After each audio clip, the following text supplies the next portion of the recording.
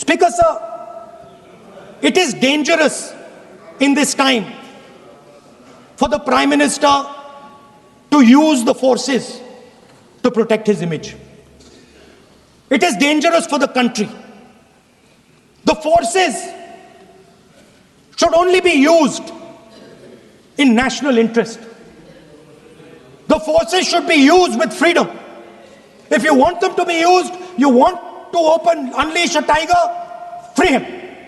Do not tie his hands behind his back. Do not go to the Pakistanis and say, listen, don't escalate. Then go all the way.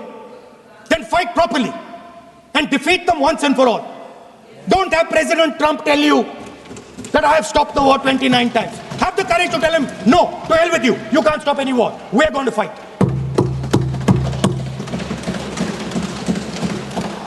Speaker sir, there is also I don't mean to keep mentioning External Affairs Minister, but it comes up because he's central to this discussion. I want to finish by telling you about something he said that shows the complete bankruptcy of the foreign policy of this government. Please remember that not a single neighboring country, not a single country condemned Pakistan. Not one. They condemned terrorism, they didn't condemn Pakistan. This is something that he didn't say.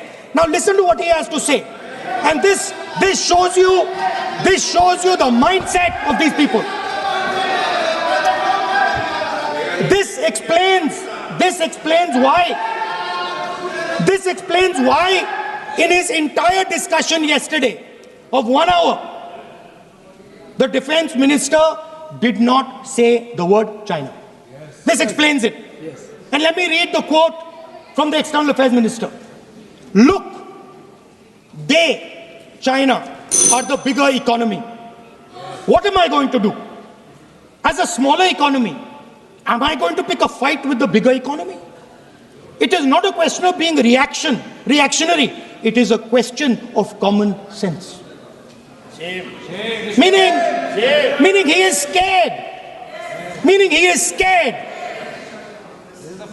And this is the point. The point is that we are now facing in front of us Chinese and Pakistani fusion. And it is a very dangerous time.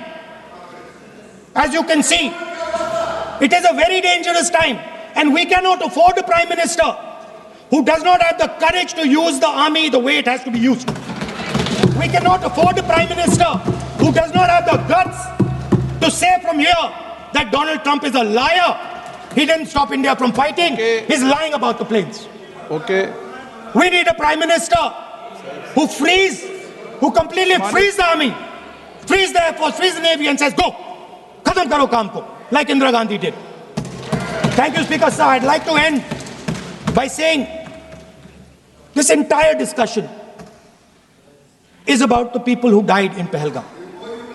It is a tragedy, and it was very disturbing to me, again yesterday, where they were talking about everything. They were talking about Pakistan, they were talking about everything, but they did not mention the people who died in Pahalgam. So let me finish. Finishing. Otherwise, you are not allowing, sir, LOP. Only this time, only allowing. Other time, mic is not allowed. Sir, do not allow India to be reduced to a battlefield where large powers are fighting. We have to navigate. We have to protect our interest.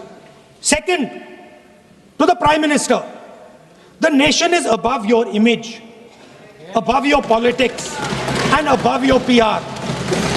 The forces are above your PR, your image, and your politics. Have the humility to understand that. Have the dignity to understand that. And do not sacrifice the armed forces and national interest for your own petty political gains. Thank you, sir. मैं आज इस देश को इस महत्वपूर्ण सदन से बताना चाहता हूं कि दिस 0.5 फ्रंट जो है वो कांग्रेस पार्टी और इसके इकोसिस्टम है जो भारत के अंदर से भारत को खोखला करने के लिए काम कर रहे हैं। और मैं बहुत जिम्मेदारी के साथ यह बात कह रहा हूं मैडम, और मैं तथ्य के साथ इसको प्रूव करूंगा। मैडम, आज कांग्रेस पार्टी ने टेररिज्म के बार इतना बड़े बड़े बात कह रहे, बड़े बड़े बात, but what has been the consistent policy of Congress party towards terrorism? Madam, एक ही उदाहरण देना चाहता हूं। 2004 में जब इनकी सरकार सत्ता में आई, what was the first step that they do? It was to repeal the POTA Act. 2001 parliament attack के बाद भारतीय जनता पार्टी के नेतृत्व वाली एनडीए सरकार अटल बिहारी वाजपेयी के नेतृत्व में देश को सुदृढ़ बनाने के लिए, टेररिज्म को खत्म करने के लिए, for the first time in this country we introduce a legislative framework. I want to remind you madam, when Rajiv Gandhi, madam, when Rajiv Gandhi का ट्रायल चल रहा था, राजीव गांधी जी का ट्रायल चल रहा था, मैडम, जब राजीव गांधी जी की डेथ की, टेररिस्ट से हुई डेथ की ट्रायल चल रहा था, trial court said we do not have exclusive terror legislations to prosecute. This was the state of affairs of this country. 2001 के बाद हमने पोटा कानून लागू की, पर आप सरकार में आते ही पहली चीज आपने पोटा को दुरुस्त किया, यू रिमूव्ड पोटा। और क्यों किया आपने? आपके वोट बैंक के कारण आपने पोटा को बंद किया, और उसके बाद 10 साल देश हर दिन टेररिस्ट अटैक रूटीन बन गया था देश में। मैडम, मैं आपको एक लिस्ट बताना चाहता हूं। अब देखिए, पोटा को खत्म करने के वजह से इस देश पे किस प्रकार की नुकसान है। जुलाई 5, 2005 अयोध्या में राम जन्मभूमि में टेररिस्ट अटैक हुई, आपने क्या की? निंदा की। 2005 जुलाई 28 जौनपुर श्रमजीवी एक्सप्रेस पे बॉम्बिंग हुई, 15 लोग से अधिक लोगों का मृत्यु हुई, आपने क्या की? निंदा की। अक्टूबर 29 दिल्ली, दिसंबर 2005 बेंगलुरु IISc, फरवरी 2006 गुजरात अहमदाबाद स्टेशन में बॉम्बिंग, 2006 मार्च वाराणसी कंटोनमेंट स्टेशन, जुलाई 11 2006 मुंबई महाराष्ट्र ट्रेन बॉम्बिंग, 300 से अधिक लोग की मृत्यु हुई, मालेगांव महाराष्ट्र 2006, पानीपत हरियाणा 2007, हैदराबाद मक्का मस्जिद बॉम्बिंग 2007, अगस्त 2007 हैदराबाद में फिर से लुम्बिनी गार्डन के गोकुल चाट पे बॉम्बिंग, लखनऊ में बॉम्बिंग, 2008 पे रामपुर पे उत्तर प्रदेश पे बॉम्बिंग, सितंबर में दिल्ली में करोल बाग पे बॉम्बिंग, 2008 दिल्ली में सितंबर 27 में बॉम्बिंग। इसे लिस्ट जाते रहते हैं। In just 10 years of the UPA government between 2004 and 2014, more than 8,000 civilians were killed because of terrorist attacks in this country. 8,000 terrorist civilians were killed. आपने NIA को वीक किया, आपने जो कानून था वो कानून को ध्वस्त किया, और सुनिए मैं बताता हूं आपको हमने कैसे NIA को मजबूत किया।